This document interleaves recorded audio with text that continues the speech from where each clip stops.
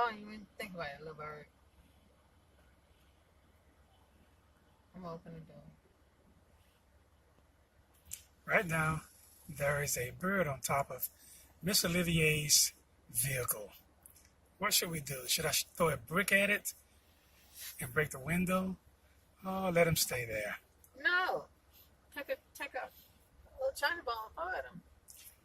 And birds are known to use the restroom before they take flight.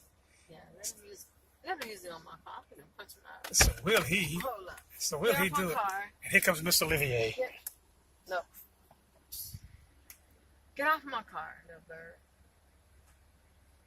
He's looking. Fly away. He's Fly looking. away. He looks sad.